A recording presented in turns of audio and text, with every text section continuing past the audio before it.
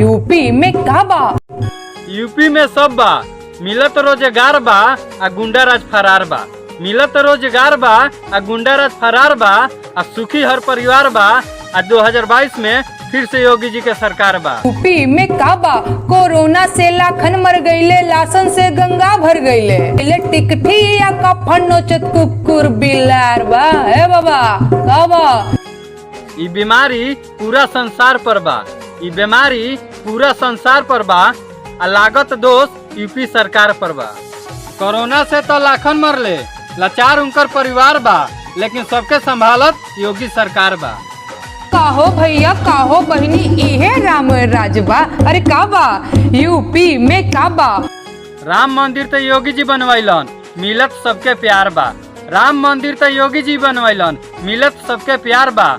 यह तो योगी जी के सरकार बा। इतना कहब जिंदगी झंड बा, विरोधी लोगन कौने बात के घमंड बा।